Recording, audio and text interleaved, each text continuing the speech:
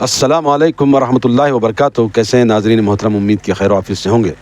ہم دوبارہ پھر حاضر ہیں آپ کی خدمت میں تفسیر قرآن مختصر تشریح کے ساتھ،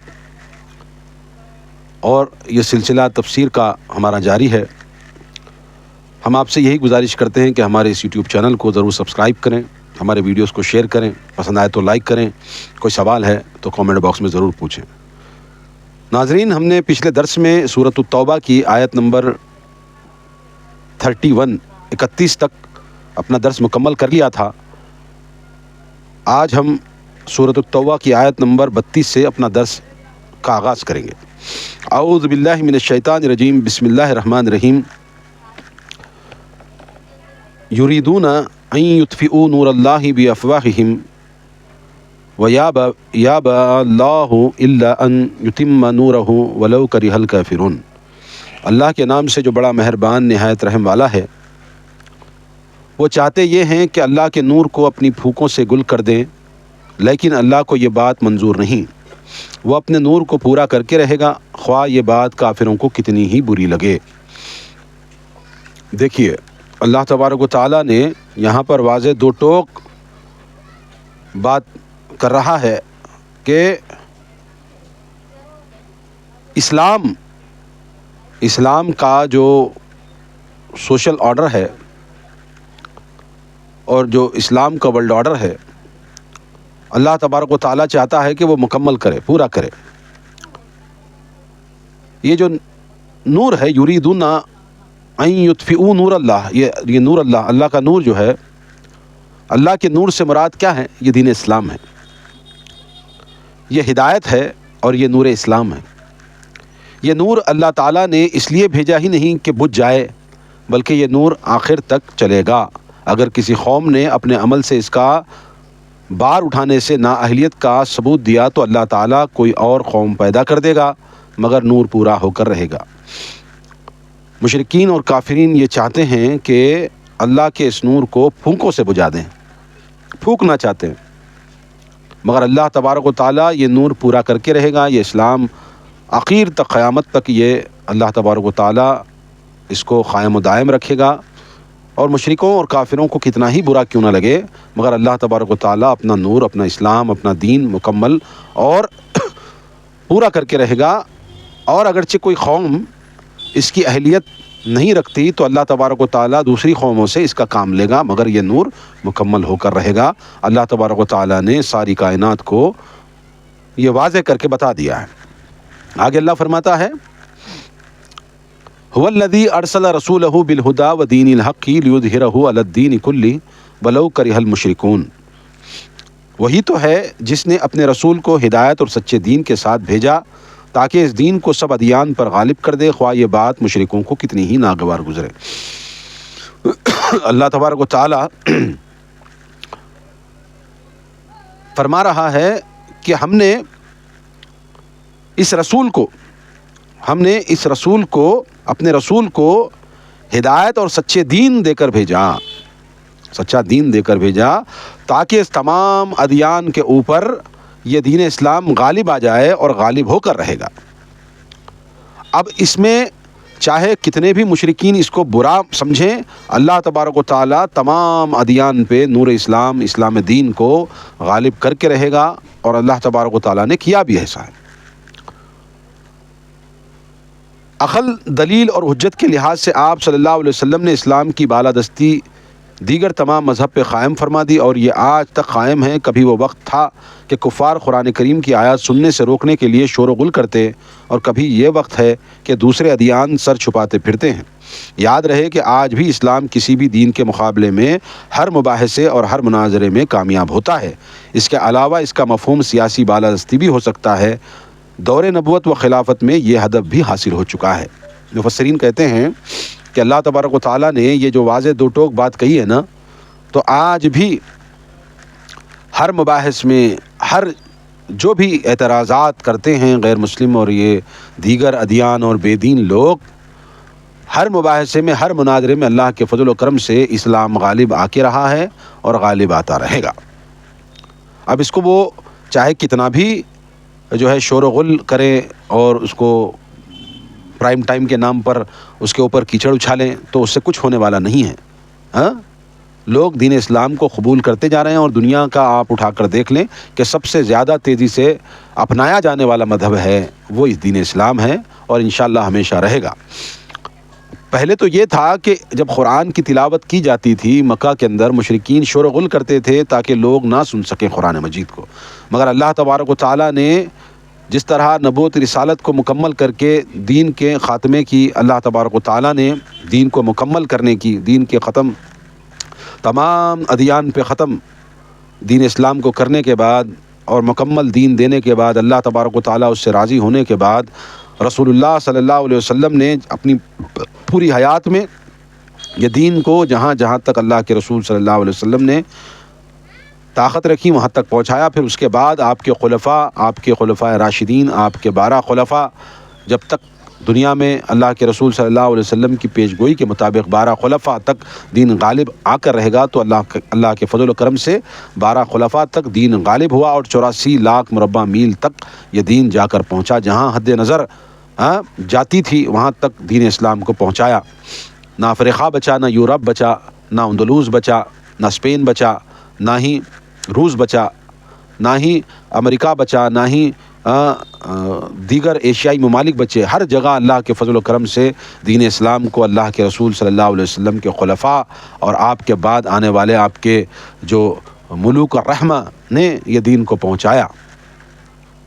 اور اس بات پر ہم اللہ تبارک و تعالیٰ کا جتنا شکر کریں کم ہے. تو اللہ تبارک و تعالیٰ نے مختلف ادوار میں یہ دین کو دنیا تک پہنچایا ہے، اور اللہ کے فضل و کرم سے آج اللہ کے اتنے احسانات ہیں دنیا پر کہ آج آن دا ایئر بھی دین کی بات دنیا تک پہنچ رہی ہے. اب ہمارا آپ کا جو تعلق ہے وہ ایئر میں ہی ہے نا، یہ سوشل میڈیا کے ایئر میں.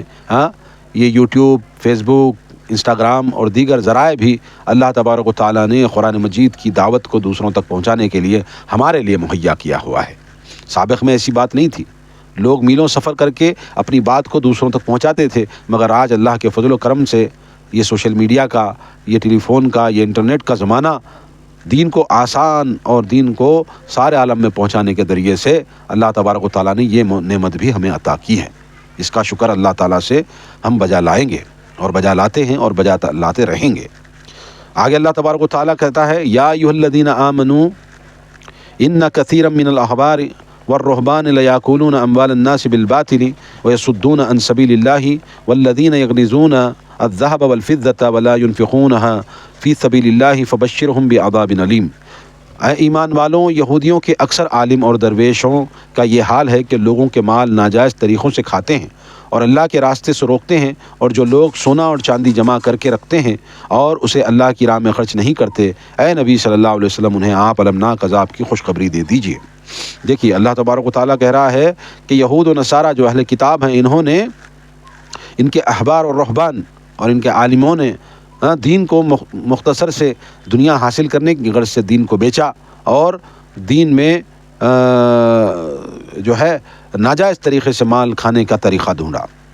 احبار جمع ہے حبر کی، اور اس کا معنی علماء یا واعظ ہیں. رہبان راہب کی جمع ہے، یعنی درویش یا صوفی. یہود و نصارہ کے علماء مراد ہو سکتے ہیں، اور عام لوگ بھی. اللہ کی راہ میں خرچ کرنا زکوٰۃ ادا کرنا ہے. جس مال سے زکوٰۃ ادا کر دی جائے وہ کنز نہیں رہتا.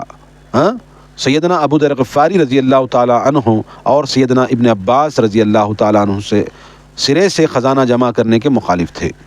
دیکھیں پمفلٹ اسلام میں فاضلہ دولت از مولانا عبد الرحمن کیلانی مرحوم.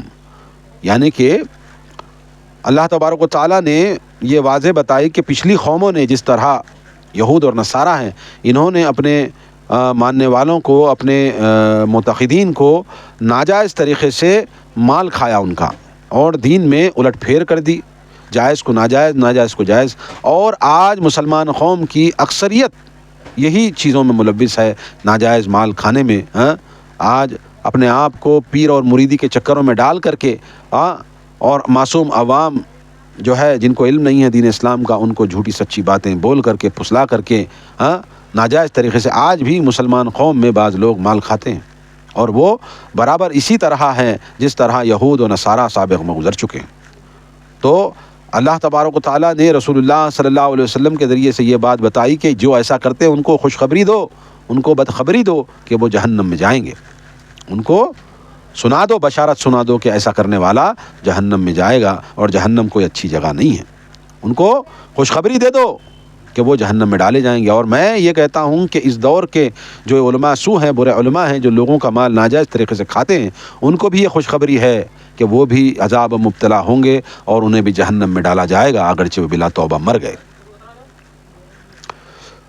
آگے اللہ تبارک و تعالیٰ فرماتا ہے یوم یحما علیہا فی نار جہنم فتکوی بہا جباہہم وجنوبہم وظہورہم ھذا ما کنزتم لانفسکم فذوقوا ما کنتم تکنزون.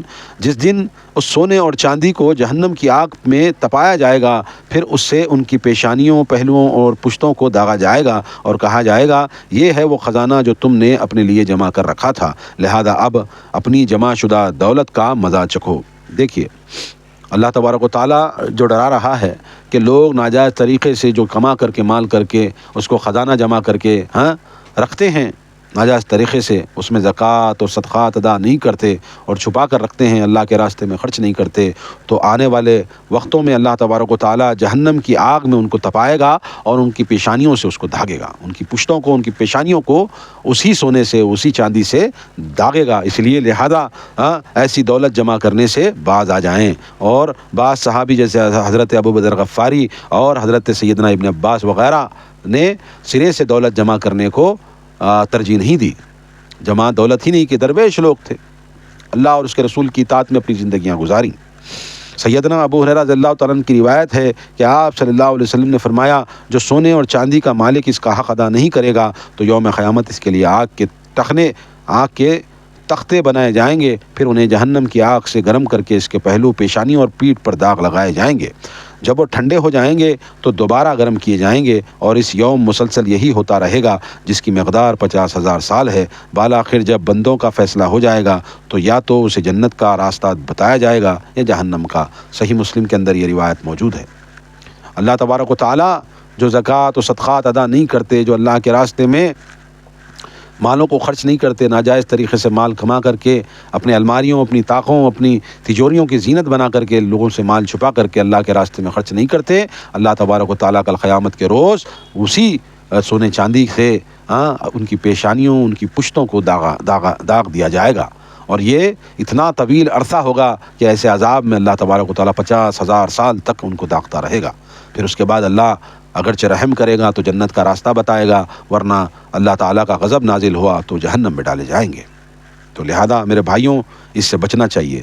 ابو ہریرہ رضی اللہ تعالیٰ عنہ سے روایت ہے کہ رسول اللہ صلی اللہ علیہ وسلم نے فرمایا جسے اللہ نے مال دیا اور وہ اپنے مال کی زکوٰۃ ادا نہیں کرتا تو یوم قیامت اس کے مال کو گنجے زہریلے سانپ کی شکل دی جائے گی. اس کی آنکھوں پہ 2 سیاہ نشان ہوں گے. یہ سانپ اس کے گلے کو دبائے گا اور اس کی گالوں کو ڈسے گا اور کہے گا میں تمہارا مال ہوں، میں تمہارا مال ہوں. بخاری شریف میں یہ روایت موجود ہے کہ اللہ تبارک و تعالیٰ جو چھپا کر کے لوگوں پر مال نہیں خرچے، غربا، مساکین، فقراء کو اس کا حصہ نہیں دیتے اور اپنے رشتہ داروں سے حسن سلوک نہیں کرتے، اپنے ماں باپ سے حسن سلوک نہیں کرتے، اپنی اولاد سے حسن سلوک نہیں کرتے، تو کل قیامت کے دن ایسے مال چھپانے والوں کا مال ایک زہریلے سانپ، گنجے سانپ کی طرح اس کو شکل دے گا اور ان کے گالوں پر ڈستا رہے گا اور یہ مسلسل عذاب ہوتا رہے گا. اور سیاہ آنکھوں پہ 2 سیاہ نشان ہوں گے اس کی، جیسے کہ اسپیکٹیکل کوبرا ہوتا ہے نا، اس کے سیاہ نشان ہوتے ہیں، گنجا ہوتا ہے وہ، تو اسی طرح ایسا ڈسنے والے سانپ کی طرح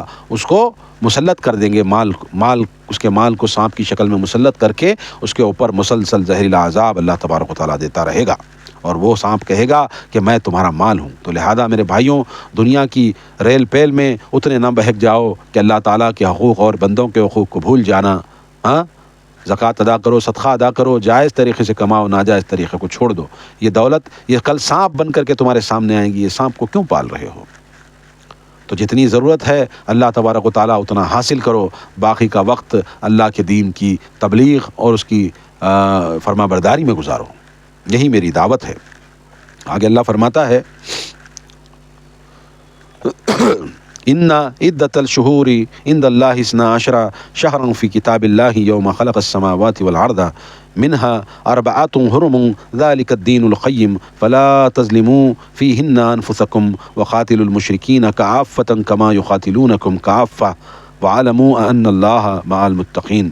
اللہ کے ہاں مہینوں کی تعداد 12 ہی ہے، اللہ کے ہاں مہینوں کی تعداد 12 ہی ہے، اور زمین کو پیدا کیا جن میں 4 مہینے حرمت والے ہیں، یہی مستقل ضابطہ ہے، لہذا ان مہینوں میں قتال ناحق ہے، ناحق سے اپنے آپ پر ظلم نہ کرو، اور مشرکوں سے سب مل کر لڑو جیسے وہ تم سے مل کر لڑتے ہیں، اور جان لو کہ اللہ متقین کے ساتھ ہے۔ سیدنا ابو بکر رضی اللہ تعالیٰ عنہ کہتے ہیں کہ آپ صلی اللہ علیہ وسلم نے حجۃ الوداع میں فرمایا، دیکھو زمانہ گھوم پھر کر پھر اسی نقشے پر آ گیا ہے، جس یوم اللہ نے ارض و سماوات پیدا کیے تھے، سال 12 ماہ کا ہوتا ہے، ان میں 4 مہینے حرمت والے ہیں، 3 تو لگاتار ہیں، ذی قعدہ، ذی الحجہ اور محرم، جبکہ چوتھا ماہ رجب ہے جو جمادی الاخر اور شعبان کے درمیان آتا ہے۔ صحیح بخاری کے اندر اللہ کے رسول صلی اللہ علیہ وسلم نے فرمایا ہے، حرمت والے مہینوں کی حرمت پامال کر کے اس میں جنگ نہیں کرنا چاہیے، اپنے ہاتھوں کو ان 4 مہینوں میں جنگ سے پہل کرنے سے روکنا چاہیے، البتہ اگر وہ ابتدا کریں یا بقیہ مہینوں میں ڈٹ کر لڑو۔ اللہ تبارک و تعالیٰ کہتا ہے کہ ان 4 مہینوں میں اگرچہ آپ پہل نہ کریں، اگرچہ کوئی تم پر حملہ کرتا ہے تو آپ اپنے دفاع کے لیے ہمیشہ تیار رہیں، مگر آپ پہل نہ کریں، یہی ضابطہ ہے اللہ تبارک و تعالیٰ کے نزدیک۔ اللہ کے نزدیک مہینے 12 ہیں، اور 12 میں 4 مہینے حرمت والے ہیں، جو پے در پے 3 مہینے آتے ہیں، ذی قعدہ، ذی الحجہ اور محرم، یہ 3، اور اس کے بعد چوتھا مہینہ جو ہے وہ ماہ رجب ہے، رجب جو شعبان سے پہلے آتا ہے، اور جمادی الاخر اور شعبان کے درمیان ہوتا ہے، جمادی الاخر، جمادی الاولیٰ، جمادی الاخر، پھر رجب، پھر شعبان۔ تو یہ اللہ تبارک و تعالیٰ نے 4 مہینوں کو حرام کیا ہے کہ اس میں نہ لڑا جائے، باقی کے 8 مہینے آپ لڑ سکتے ہیں، اور جو آپ کے خلاف سازشیں کرتے ہیں ان سے اللہ تبارک و تعالیٰ ڈٹ کر مسلمانوں کو متحد ہو کر کے لڑنے کا حکم دیتا ہے۔ آگے اللہ فرماتا ہے، انما النسیء زیادۃ فی الکفر یضل بہ الذین کفروا یحلونہ عاما ویحرمونہ عاما لیواطئوا عدۃ ما حرم اللہ فیحلوا ما حرم اللہ زین لہم سوء اعمالہم واللہ لا یہدی القوم الکافرین۔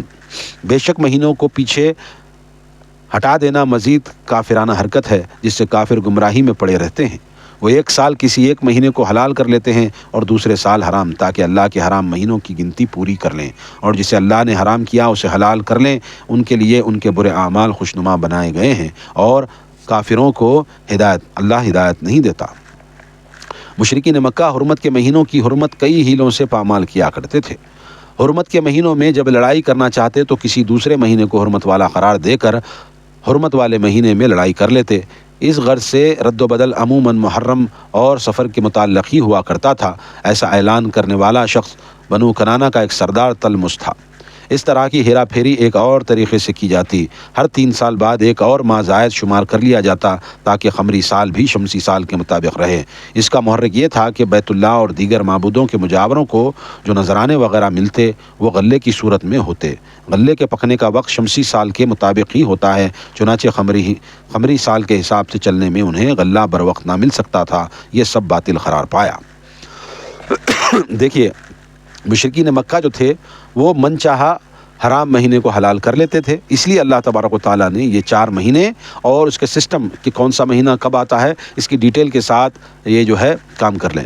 تو بنو کنانہ کا ایک سردار تلمس تھا، وہ اکثر ایسا ہیلے بہانے کر کے حرام مہینے کو حلال اور حلال مہینے کو حرام قرار دے کر کے اپنے لڑائیاں کرتا تھا۔ اسی طرح جو بت پرست اور مجاور تھے وہ لوگ کیونکہ شمسی مہینے کے مطابق غلے کی کٹوئی اور یہ سارے چیزیں ہوتے تھے تو لہذا کبھی ایک مہینہ بڑھا لیتے تھے، تو لہذا اللہ تبارک و تعالیٰ نے یہ مہینوں کا ڈیٹیل بتا کر کے دنیا میں قیامت تک کا یہ وعدے کر دیا کہ 4 مہینے وہی حرام ہیں جو اللہ نے حرام کر دیے ہیں۔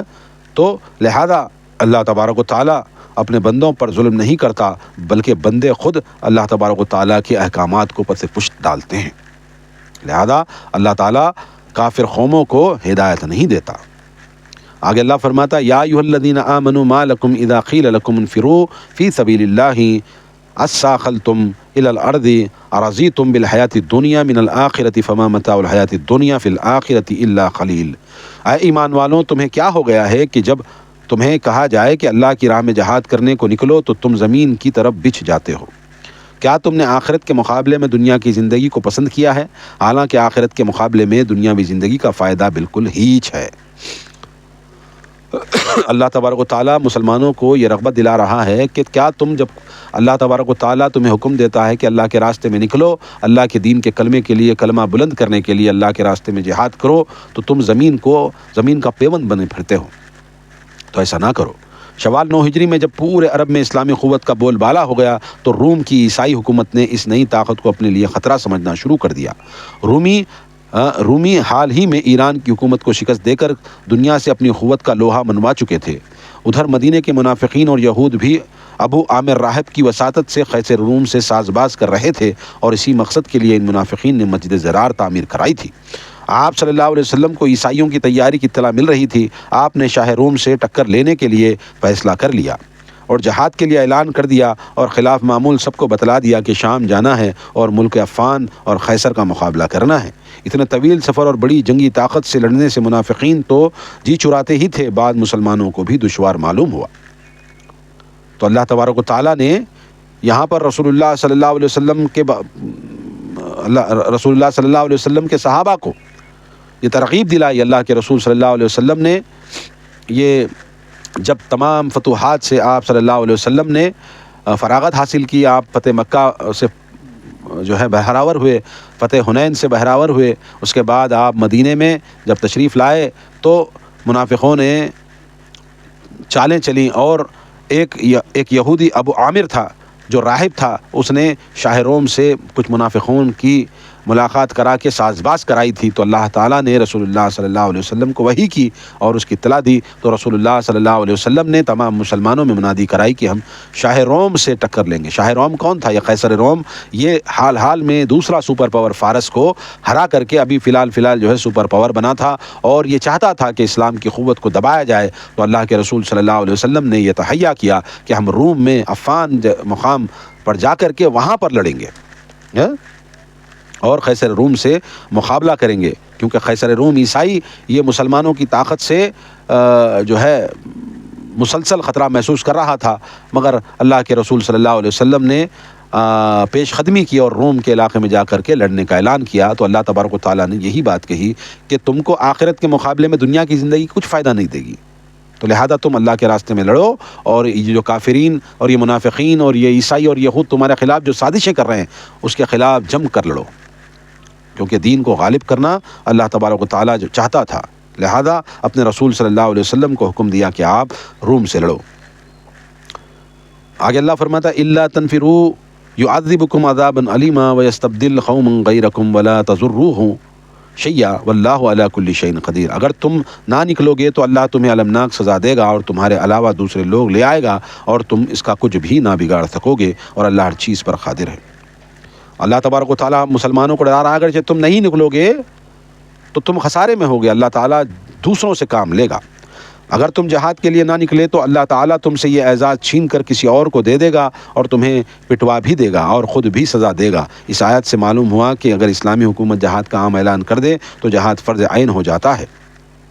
اللہ کے رسول صلی اللہ علیہ وسلم کے صحابہ کو اللہ تعالیٰ نے ڈھارس بنائی، اگر تم نہیں نکلو گے تو ہم تمہیں نقصان بھی پہنچائیں گے اور تم خسارے میں بھی ہوگے، اور دوسرے آ کر کے تمہیں پیٹ لیں گے، اور ہم دوسری قوم کو تیار کریں گے اور اپنا کلمہ بلند کریں گے۔ تو لہذا زمین کا پیوند نہ بنو، اللہ کے راستے میں مسلسل جہاد فی سبیل اللہ کرتے رہو اور اللہ کے راستے میں لڑتے رہو۔ اللہ تبارک و تعالیٰ یہی حکم دے رہا ہے۔ الا تنصروه فقد نصره الله اذا اخرجه الذين كفروا ثاني اثنين اذ هما في الغار اذ يقول لصاحبه لا تحزن ان الله معنا فانزل الله سكينته عليه وأيده بجنود لم تروها وجعل كلمة الذين كفروا السفلى وكلمة الله هي العليا والله عزيز حكيم۔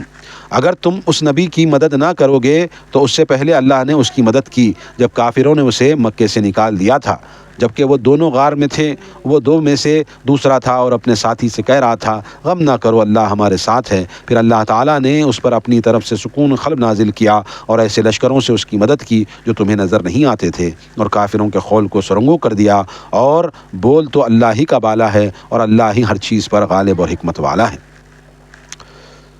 سفر ہجرت میں اللہ اپنی نصرت کی جانب اشارہ فرما رہے ہیں۔ اللہ کے لشکر کئی ہیں جن کی مکمل معرفت صرف اللہ ہی کو ہے، جیسے شدید پہرے کے باوجود آپ صلی اللہ علیہ وسلم بحفاظت گھر سے نکال دیا۔ مکڑیوں نے غار کے منہ پر جالا بند دیا، جس کی وجہ سے کسی کو غار میں دیکھنے کا خیال تک نہ آیا۔ پھر سراقہ جو کہ تعاقب کر کے آپ کو شہید کرنا یا پکڑنا چاہتا تھا، اس کا گھوڑا دھسا دیا، وغیرہ وغیرہ۔ ابو بکر صدیق رضی اللہ تعالیٰ عنہ فرماتے ہیں کہ ہجرت کے وقت غار سور میں آپ صلی اللہ علیہ وسلم کے ساتھ تھا۔ میں نے غار کے اندر سے کافروں کے پاؤں دیکھے۔ میں نے عرض کیا، یا رسول اللہ صلی اللہ علیہ وسلم، اگر ان سے کوئی اپنے پاؤں اٹھا کر دیکھے تو ہمیں دیکھ لے گا۔ آپ نے فرمایا، ان دو آدمیوں کے متعلق تمہارا کیا خیال ہے جن کے ساتھ تیسرا اللہ ہو؟ بخاری شریف میں یہ روایت ہے۔ اللہ تبارک و تعالیٰ یہاں پر مسلمانوں کو یہ بتا رہا ہے کہ اللہ تعالیٰ ہمیشہ اپنے رسول کے ساتھ ہے۔ اگرچہ تم نہیں نکلو گے جہاد فی سبیل اللہ کے لیے اور قیصر روم سے لڑنے کے لیے تم نہیں نکلو گے، تو اللہ تبارک و تعالیٰ اسی طرح مدد کرے گا جس طرح سابق میں اللہ تعالیٰ نے اپنے نبی محمد صلی اللہ علیہ وسلم کو تنہا نہیں چھوڑا اور اپنے ساتھی کے ساتھ ان کو مکے سے جب ان کے قتل کی سازش کی گئی لے کے نکلے اور غار سور میں ان کو پناہ دی۔ اور ایسا اللہ تبارک و تعالیٰ وضاحت کے ساتھ بیان کر رہا ہے کہ ہم نے اس وقت بھی اپنے رسول کی مدد کی جب یہ دونوں میں سے ایک کہہ رہا تھا کہ اب کیا ہوگا۔ صاحب فی الغار ابو بکر صدیق رضی اللہ تعالیٰ رسول اللہ کو کہہ رہے ہیں کہ اے اللہ کے رسول، اگرچہ کافرین اپنے پاؤں کی طرف دیکھیں گے تو ہمیں ضرور پکڑ لیں گے۔ تو اللہ کے رسول صلی اللہ علیہ وسلم حضرت ابو بکر صدیق کو دلاسا دے رہے تھے کہ تمہارا کیسا حال ہے جو تینوں میں کا تیسرا اللہ جس کے ساتھ ہے۔ وہ دو جو بات کر رہے تھے اس میں کا تیسرا اللہ تھا، یعنی اللہ تبارک و تعالیٰ اپنے رسول کو اکیلا نہیں چھوڑا، ہمیشہ مدد کیا۔ اور اللہ کے رسول صلی اللہ علیہ وسلم نے ابو بکر صدیق کے ساتھ ہجرت کر کے مدینہ آئے، اور اللہ تعالیٰ مسلسل بدر میں، حنین میں، جہاں جہاں بھی اللہ کے رسول صلی اللہ علیہ وسلم نے مارکہ آرائی کی، اللہ تبارک و تعالیٰ نے اللہ کے رسول کی مدد کی۔ یہی وضاحت کے ساتھ بیان کیا جا رہا ہے۔ اور اللہ تبارک و تعالیٰ نے قیامت تک کے لیے ابو بکر صدیق کو صاحب فی الغار، غار کے ساتھی کے نام سے قیامت تک کے لیے حضرت ابو بکر صدیق کو لقب دے دیا، صاحب فی الغار۔ اور اللہ کے رسول صلی اللہ علیہ وسلم نے فرمایا، اگرچہ میں دنیا کے بندوں میں سے کسی بندے کو اگرچہ خلیل بنانا چاہتا تو میں حضرت ابو بکر صدیق کو خلیل بناتا، مگر اللہ میرا خلیل ہے۔ تو اتنی بڑی فضیلت اللہ کے رسول صلی اللہ علیہ وسلم نے سیدنا ابو بکر صدیق رضی اللہ تعالیٰ عنہ کی بیان کر رہی ہے۔ تو تم چاہے لڑو یا اللہ کے راستے میں نہ لڑو، اگرچہ اللہ کے رسول صلی اللہ علیہ وسلم تنہا بھی تھے تب بھی اللہ ان کی مدد کرتا تھا، اگرچہ تم ساتھ بھی دو گے تو اللہ ہمیشہ ان کی مدد کرے گا۔ تو لہذا مسلمانوں، لڑو اپنے لیے اور ان دشمنوں کی سازشوں کے خلاف سب بستہ ہو جاؤ اور کمر بستہ ہو جاؤ اور اللہ کے راستے میں فی سبیل اللہ نکلو، یہی اللہ کا حکم ہے۔ آگے اللہ فرماتا ہے، انفروا خفافا وثقالا وجاہدوا باموالکم وانفسکم فی سبیل اللہ ذالکم خیر لکم ان کنتم تعلمون۔ ہلکے بھی نکلو اور بوجھل بھی، اور اپنے اموال اور جانوں سے اللہ کی راہ میں جہاد کرو، یہی بات تمہارے حق میں بہتر ہے، کاش تم جانتے ہوتے۔ بآسانی یا دقت یا خوشی سے یا کراہت سے، جیسے بھی ہو سکے نکلو۔ اللہ تبارک و تعالیٰ کہہ رہا ہے کہ تم موٹے ہو تب بھی نکلو، تم دبلے ہو تب بھی نکلو، تمہارے پاس سامان ہے تب بھی نکلو، سامان نہیں ہے تب بھی نکلو، ہمیشہ نصرت تمہارے ساتھ رہے گی۔ نکلو تو صحیح، ہلکے بھی نکلو، بوجھل بھی نکلو، سواری والے بھی نکلو، بغیر سواری والے بھی نکلو، مال والے بھی نکلو، بغیر مال والے بھی نکلو، تاکہ اللہ کے دین کا کلمہ سربلند ہو سکے۔ یہی اللہ تبارک و تعالیٰ حکم دے رہا ہے۔ آگے اللہ فرماتا ہے، لو کان ارضا قریبا وسفرا قاصدا لا تبعوک ولكن بعدت علیہم الشقۃ وسیحلفون باللہ لو استطعنا لخرجنا معکم یہلکون انفسہم واللہ یعلم انہم لکاذبون۔ اللہ تبارک و تعالیٰ فرما رہا ہے، اگر دنیاوی فائدہ قریب نظر آتا اور سفر بھی واجبی سا ہوتا تو یہ منافق آپ کے ساتھ ہو لیتے، مگر یہ مسافت انہیں کٹھن معلوم ہوتی تو اللہ کی قسمیں کھائیں گے کہ اگر ہم تمہارے ساتھ نکل سکتے تو ضرور نکلتے۔ یہ لوگ اپنے آپ کو ہی ہلاک کر رہے ہیں اور اللہ خوب جانتا ہے کہ یہ یقیناً جھوٹے ہیں۔ ہزاروں میل لمبا سفر نیز سفر کی دیگر دشواریوں کی وجہ سے یہ بہانے تراش رہے ہیں۔ ایک دوسرے موقع پہ اللہ تعالیٰ نے ان منافقین کی یوں نقشہ کشی فرمائی ہے، وہ تمہارا ساتھ دینے میں سخت بخیل ہے۔ پھر جب جنگ کا خطرہ آن پڑتا ہے تو آپ دیکھتے ہیں کہ وہ آنکھیں پھیر پھیر کر آپ کی طرف یوں دیکھتے ہیں جیسے کسی پر موت کی غشی طاری ہو چکی ہو۔ پھر جب وہ خطرہ دور ہو جاتا ہے تو انتہائی حریص بن کر تیز تیز زبانیں چلانے لگتے ہیں۔ سورۃ الاحزاب میں یہ وضاحت بیان کی ہے۔ منافقین چاہتے ہیں کہ وہ بآسانی جو خریب والی جو جنگیں ہیں اس میں حصہ لیں تاکہ دنیا کا فائدہ آسانی سے مال حاصل کر سکیں۔ اب اتنی لمبی مسافت 1000 میل کی کون سفر طے کرے گا، اور کون جائے گا تبوک پر، کون جائے قیصر روم سے لڑنے کے لیے؟ اور بہانے اور جھوٹ تلاش کر رہے ہیں اور کہہ رہے ہیں کہ یہ منافقین اللہ کے رسول صلی اللہ علیہ وسلم کے پاس ہیلے اور بہانے بنا کر کہہ رہے ہیں کہ ہم نکل سکتے تو ضرور نکلتے، حالانکہ ان کے دل میں ایمان نہیں تھا۔ تو اللہ تبارک و تعالیٰ کہہ رہا ہے یہ لوگ اپنے آپ کو ہلاکت میں ڈال رہے ہیں، اور اللہ تعالیٰ خوب جانتا ہے کہ یہ جھوٹے ہیں، یہ بہانے بازی کر رہے ہیں کہ اللہ کے راستے میں نکلنے سے یہ بہانے بازی کر رہے ہیں۔ آگے اللہ فرماتا ہے عفا اللہ عنک لما اذنت لهم حتى يتبين لك الذين صدقوا وتعلم الكاذبين۔ اے نبی صلی اللہ علیہ وسلم، اللہ آپ کو معاف کرے، آپ نے انہیں کیوں پیچھے رہنے کی اجازت دے دی حتیٰ کہ آپ پر یہ واضح ہو جاتا کہ ان میں سے سچے کون ہیں اور جھوٹے لوگ کون ہیں۔ اللہ تبارک و تعالیٰ اللہ کے رسول صلی اللہ علیہ وسلم کو تنبیہ کر رہا ہے کہ جو لوگ بہانے بنا کر کے آپ سے اجازت مانگ رہے ہیں کہ ہم نکل سکتے تو ضرور نکلتے، مگر ہمیں اجازت دیں کہ ہم رخصت لے لیں، تو اللہ تعالیٰ اللہ کے رسول صلی اللہ علیہ وسلم کو کہہ رہا ہے کہ آپ نے کیوں اجازت دی ان کو؟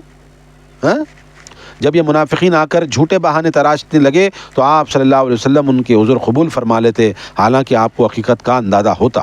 یہ آپ کی طبعی نرمی کی وجہ سے ہوا۔ اللہ تعالیٰ نے اپنے حبیب پہ کمال عنایت کی کہ ظاہری تقصیر بیان کرنے سے پہلے ہی معافی کا اعلان کر دیا۔ اللہ تبارک و تعالیٰ اللہ کے رسول صلی اللہ علیہ وسلم کو معاف کرتا ہے، اور کیونکہ آپ کے دل نرم ہیں، آپ نرم دل والے ہیں، اور آپ نے ان کی بہانے بازی یہ جان کر بھی ان کو چھوڑ دیا کیونکہ یہ لوگ بہانے باز ہیں، منافقین ہیں، اور اللہ تبارک و تعالیٰ جو یہ اجازت دی ہے، یہ اجازت دینے کی وجہ سے آپ کو معاف کیا ہے، آپ کی پکڑ نہیں کرے گا۔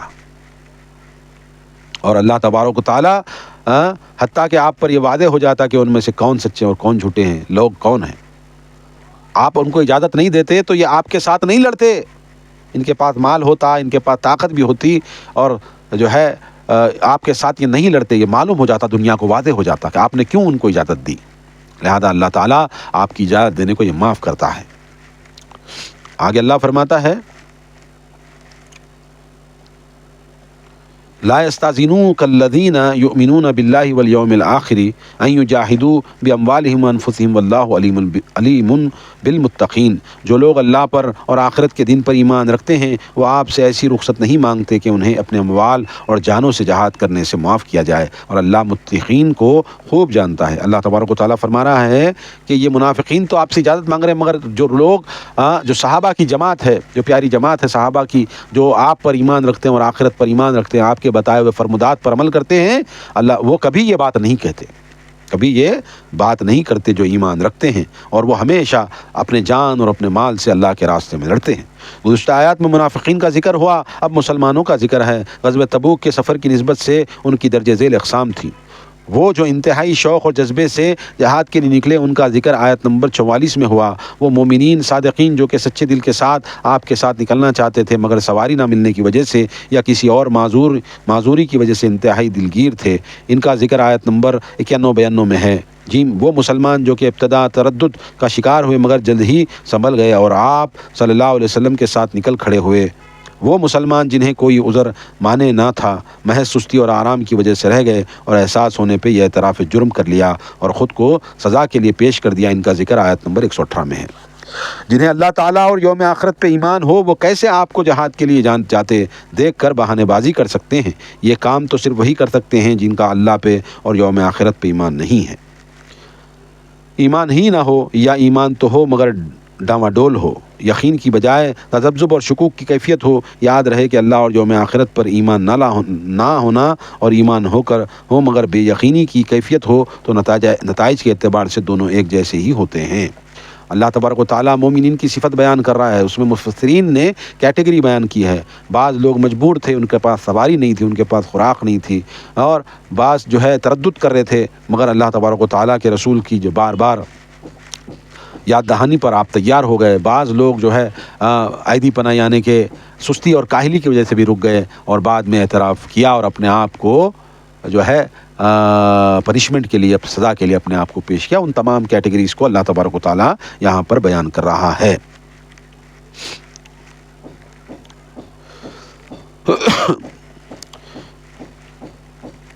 آگے اللہ فرماتا ہے وَلَوْ أَرَدُوا الْخُرُوجَ لَأَعَدُّوا لَهُ عُدَّةً وَلَكِنْ كَرِهَ اللَّهُ بِعَاثَهُمْ فَثَبَّتَهُمْ وَقِيلَ اخْعُدُوا مَعَ الْقَاعِدِينَ.